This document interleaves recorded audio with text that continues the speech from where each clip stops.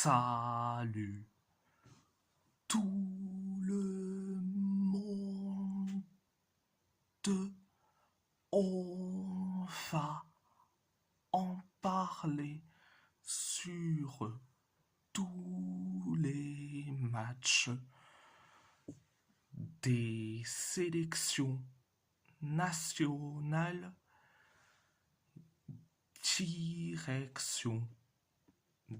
Direction les éliminatoires pour la Coupe du Monde 2026 zone Europe. Le Portugal a gagné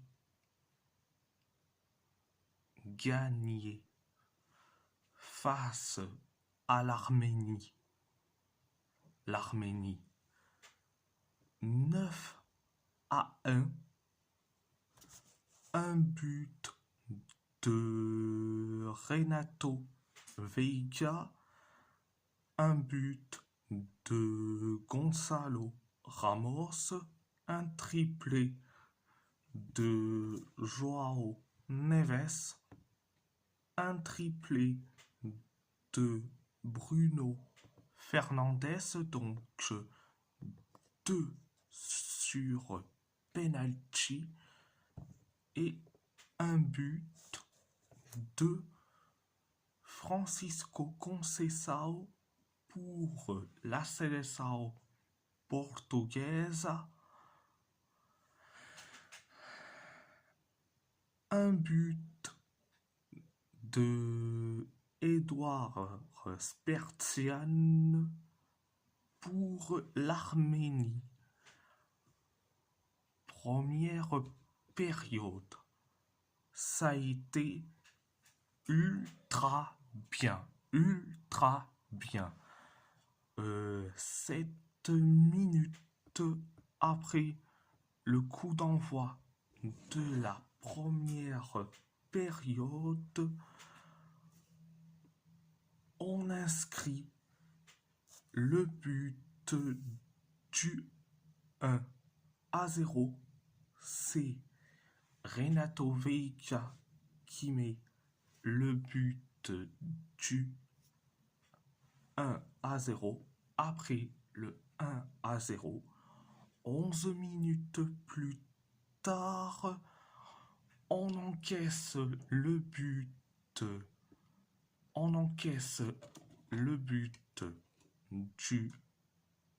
de l'égalisation, un partout. C'est Edouard Spertian qui met le but de l'égalisation. Après le 1 partout, 10 minutes plus tard, on inscrit le but du 2-1. C'est Gonçalo Ramos qui met le but du 2-1. Après le 2-1, 2 minutes plus tard, on inscrit le but du 3-1. C'est João Neves qui met le but du 3-1. Après le 3-1, 11 minutes plus tard, on inscrit le but du 4-1.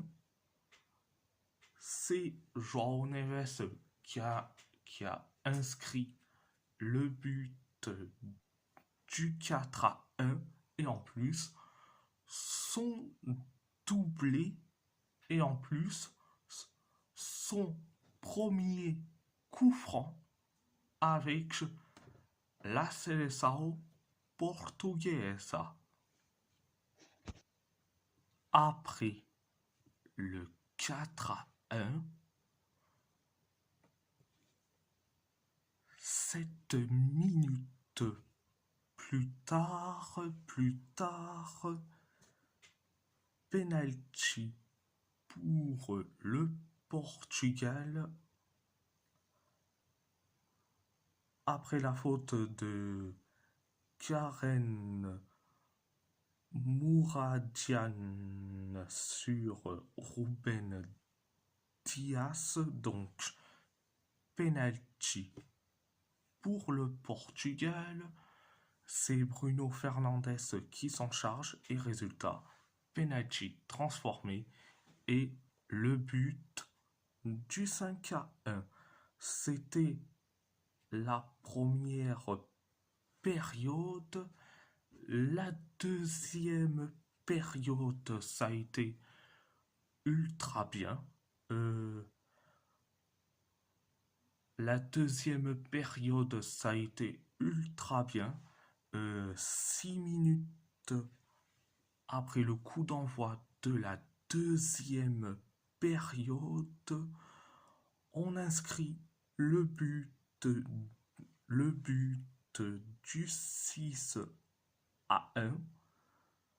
C'est Bruno Fernandes qui a inscrit le but du 6-1 et en plus son doublé. Après le 6-1, l'Arménie s'est créé une seule occasion. Nous, on s'est créé 3 occasions. Et après, penalty pour le Portugal après la faute de Sergueï Mouradian sur Carlos Borges.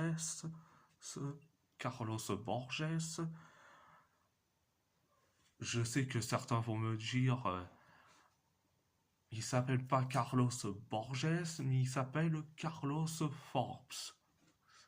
Carlos Forbes ou Carlos Borges, c'est la même chose. Donc le penalty pour le Portugal, c'est Bruno Fernandes qui s'en charge. Résultat, penalty transformé, le but du 7-1 et en plus son triplé et surtout son doublé sur penalty. Donc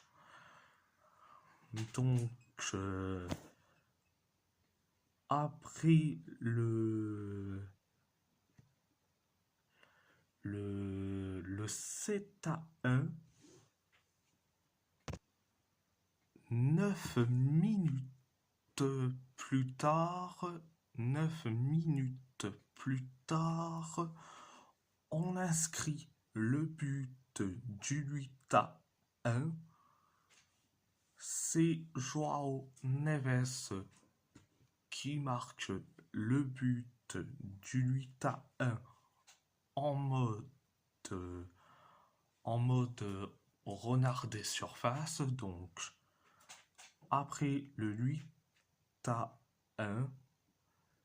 11 minutes plus tard, on inscrit le but du 9-1.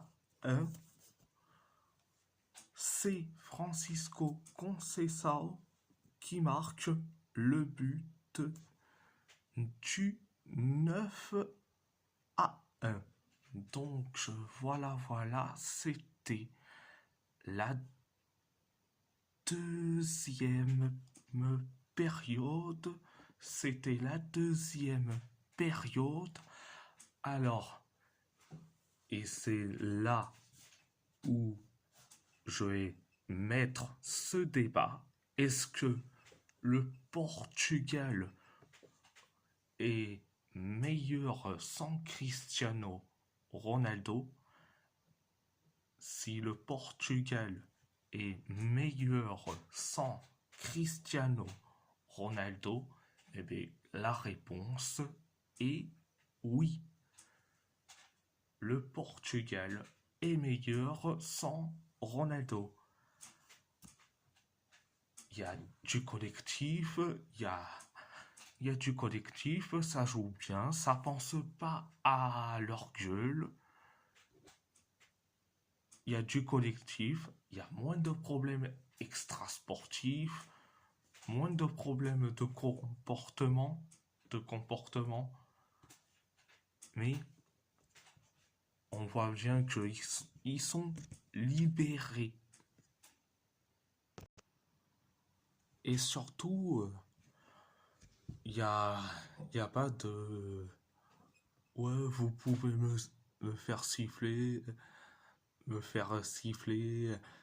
et ça libérerait pour mes coéquipiers, blablabla, et blablabla, pour se prendre une karma dans la gueule, mais au moins quand le Portugal n'a pas Cristiano Ronaldo, c'est la liberté totale. Et on le voit face à l'Arménie. Oui, vous allez me dire, l'Arménie, c'est une petite nation. Bon, bref. Bref de bref. À part ça, c'est tout. On va parler de la France. La France a gagné face à l'Azerbaïdjan 3-1. Un but de Renat Dadashov pour l'Azerbaïdjan. Un but de Jean-Philippe Mateta. Un but de Magnès Akliouche. Et un but contre son camp de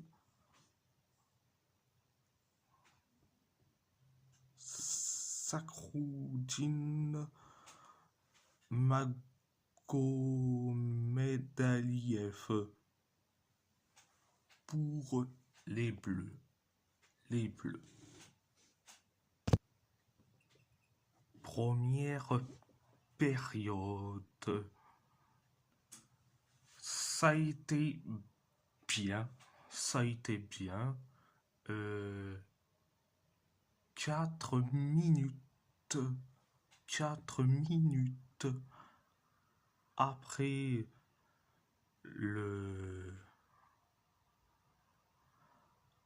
le coup d'envoi de la première période, on encaisse le but du 1-0. C'est Renat Dadashov qui met le but du 1-0. Après le 1-0, l'Azerbaïdjan s'est créé la dernière occasion.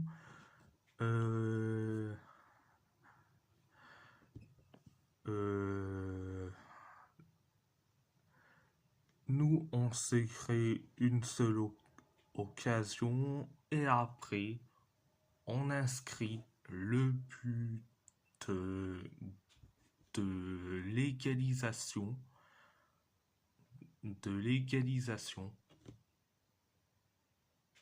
Un partout. C'est Jean-Philippe Mateta qui met le but de l'égalisation. Après le 1 partout, Après le un partout, on s'écrit trois occasions et après on inscrit le but du 2-1. C'est Magnès Akliouche qui met le but du 2-1. Après le 2-1, on s'écrit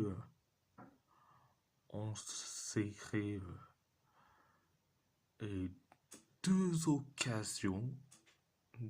occasions, et après on inscrit le but du 3-1. C'est un but contre son camp de Sakroudine Magomedaliev.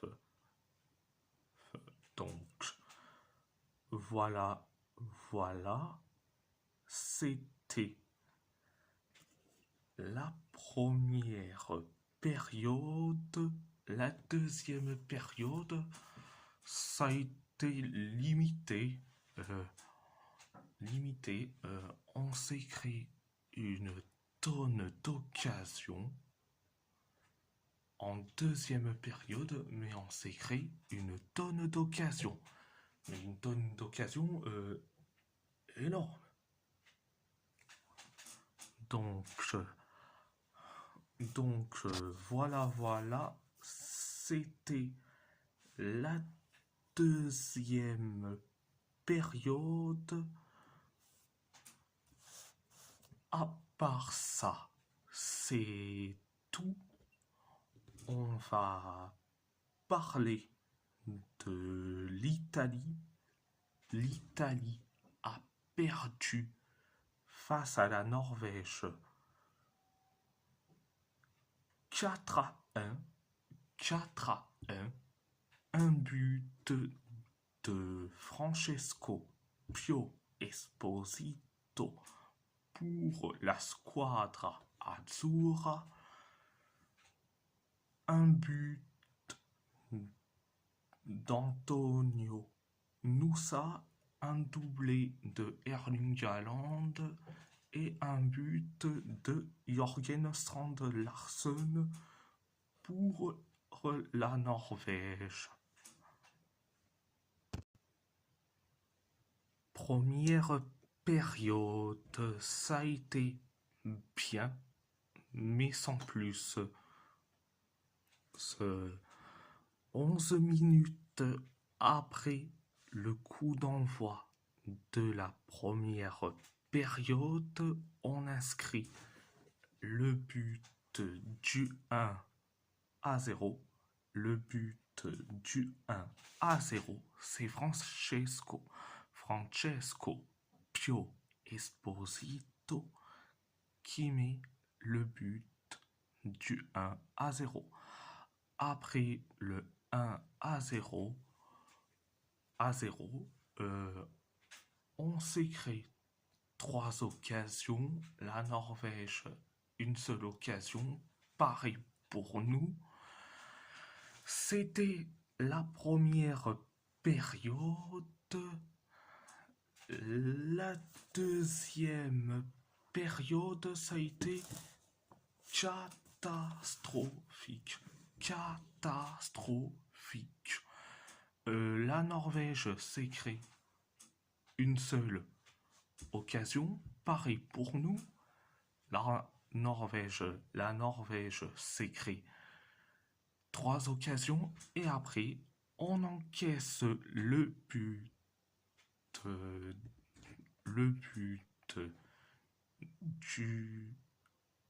l'égalisation, un partout. C'est Antonio Nusa qui met le but de l'égalisation après le 1 partout.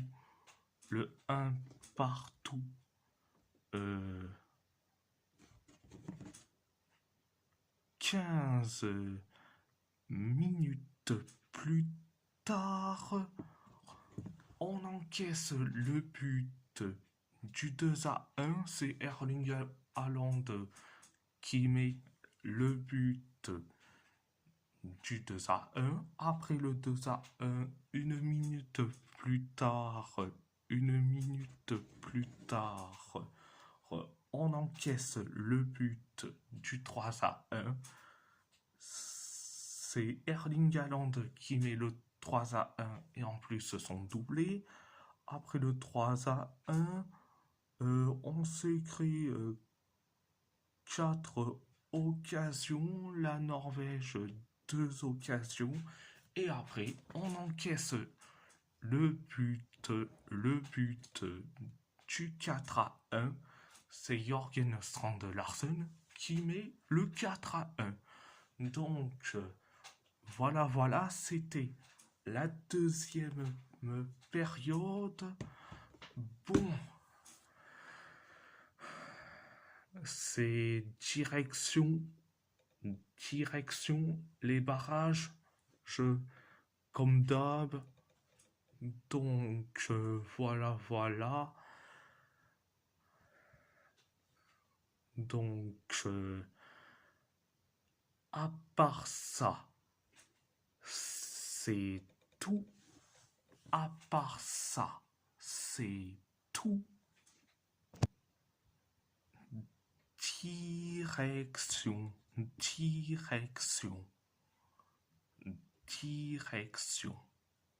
Les matchs amicaux, on va parler de l'Algérie.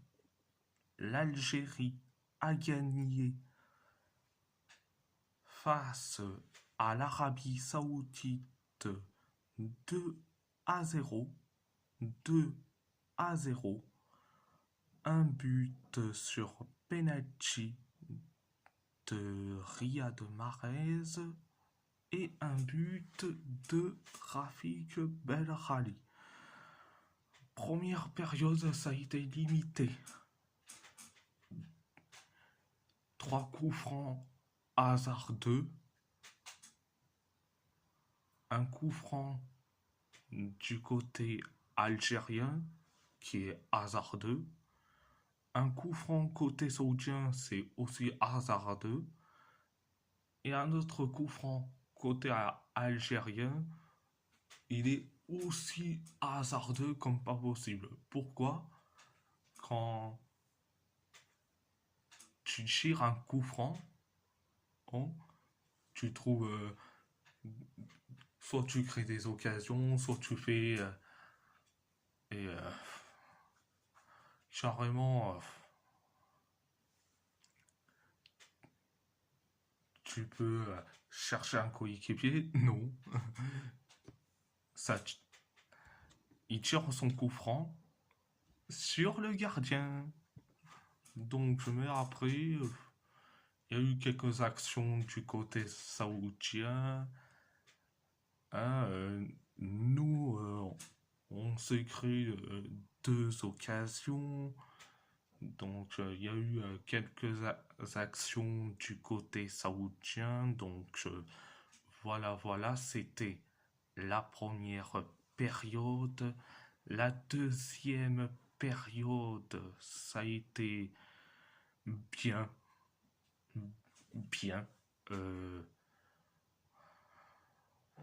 L'Arabie Saoudite s'est créé quelques occasions. Pareil pour nous. Ou pareil pour les Saoudiens. Et après, penalty pour l'Algérie. Après la faute d'un joueur saoudien sur Hanis Hadj Moussa sur la surface de réparation. Penalty pour l'Algérie. C'est Riyad Mahrez qui s'en charge. Résultat, penalty transformé et but du 1-0. But du 1-0. Après le 1-0, 10 minutes plus tard, on inscrit le but du 2-0, c'est Rafik Belrali qui met le but du 2-0, qui met le but du 2-0. Donc voilà, c'était la deuxième période.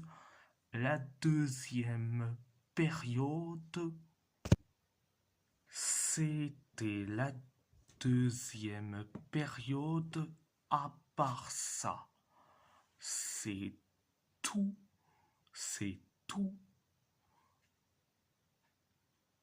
On va parler de la Catalogne. La Catalogne a gagné face à la Palestine 2-1. Un but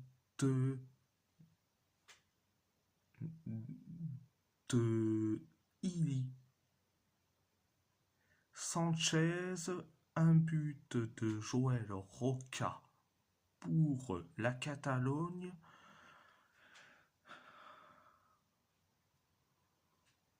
Un but de Mustapha Zeidan pour la Palestine. Première période, ça a été bien pour les Catalans. Pour les Palestiniens, ça a été bien, ça a été correct.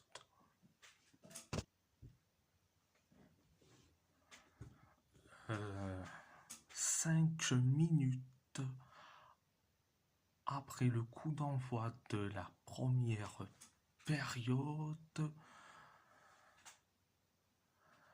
la Catalogne a inscrit le but du 1-0.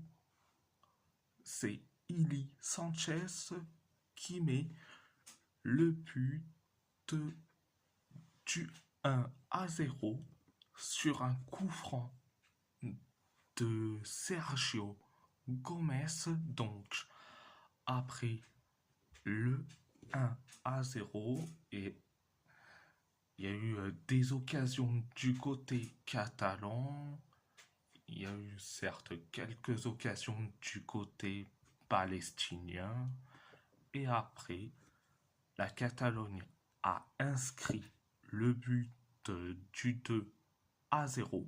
C'est Joel Roca qui met le but du 2-0.